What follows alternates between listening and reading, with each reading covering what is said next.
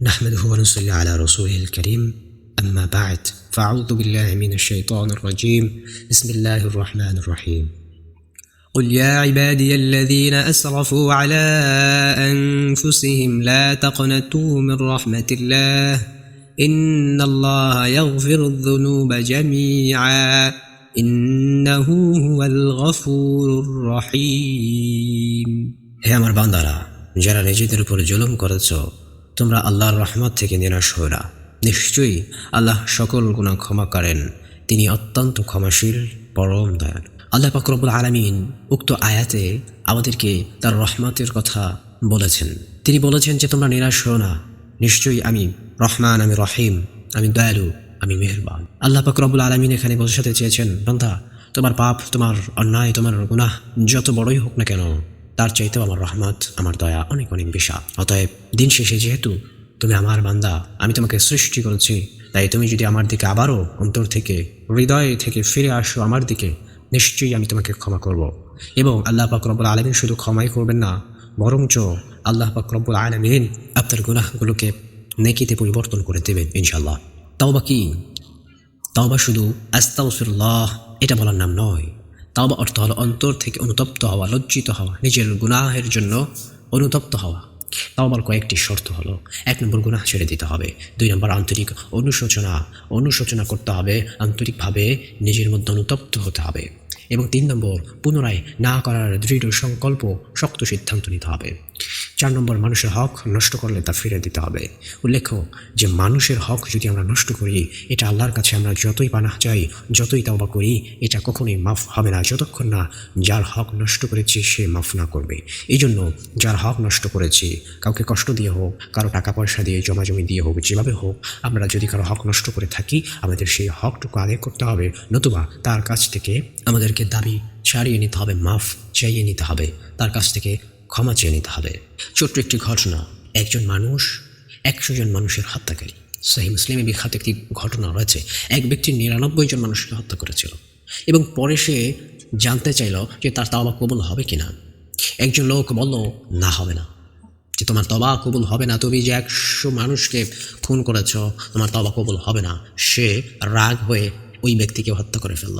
এভাবে তার হত্যার সংখ্যা হলো 100, কারণ আগে তার হত্যার সংখ্যা ছিল 99। ওই ব্যক্তিকে হত্যা করার পর তার হত্যার সংখ্যা হয়ে গেল 100।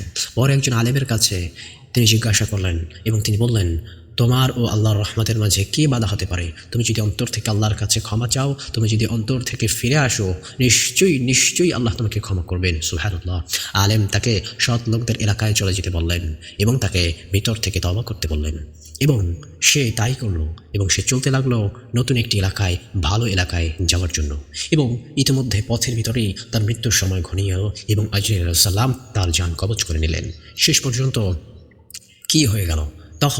যখন ফেরেশতা তার রূহটাকে নিয়ে কাড়াকাড়ি বাজিয়ে দিল যে আমরা এই লোকটার আত্মাকে জান্নাতের মধ্যে রাখবো, আবার অপর দল বলল, না, এই লোকটা 100 জন মানুষকে খুন করেছে, এই লোকের আত্মা আমরা জাহান্নামে রাখবো।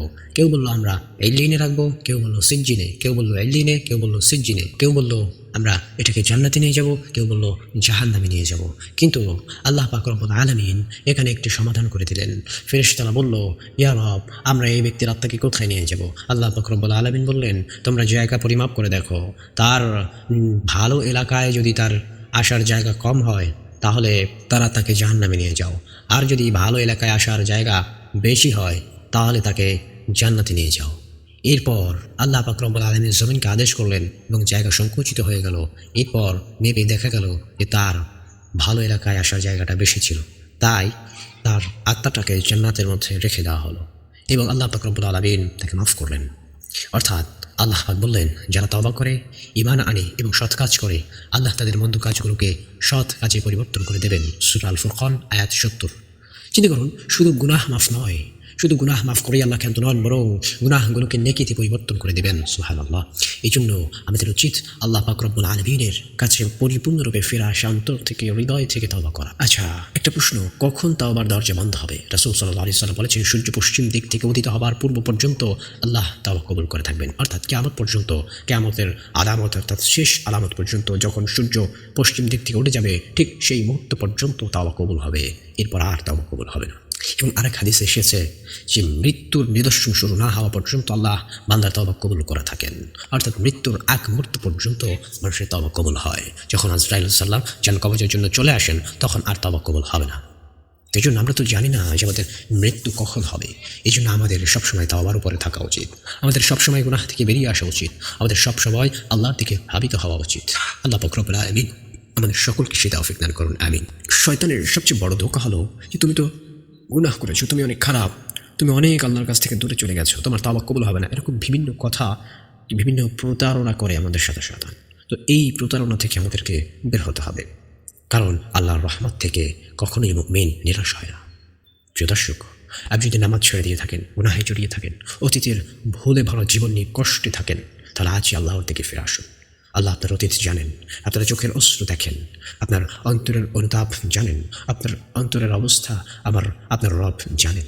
আজ হয়তো একটি আন্তরিক আস্তাগফিরুল্লাহ, একটু তাওবা, একটু ফিরে আসা, একটু ত্যাগ শিখা আপনার জীবনকে বদলে দেবে। এই জন্য গুনাহ যতই বড় হোক সবসময় মনে রাখবেন আল্লাহর রহমত তার থেকেও বিশাল, তার থেকেও বড়।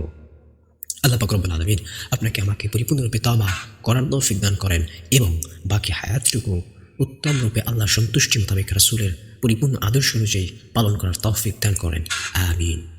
সুবহানাকাল্লাহুম্মা ওয়া বিহামদিকা আশহাদু আল্লা ইলাহা ইল্লা আনতা আস্তাগফিরুকা ওয়া আতুবু ইলাইক।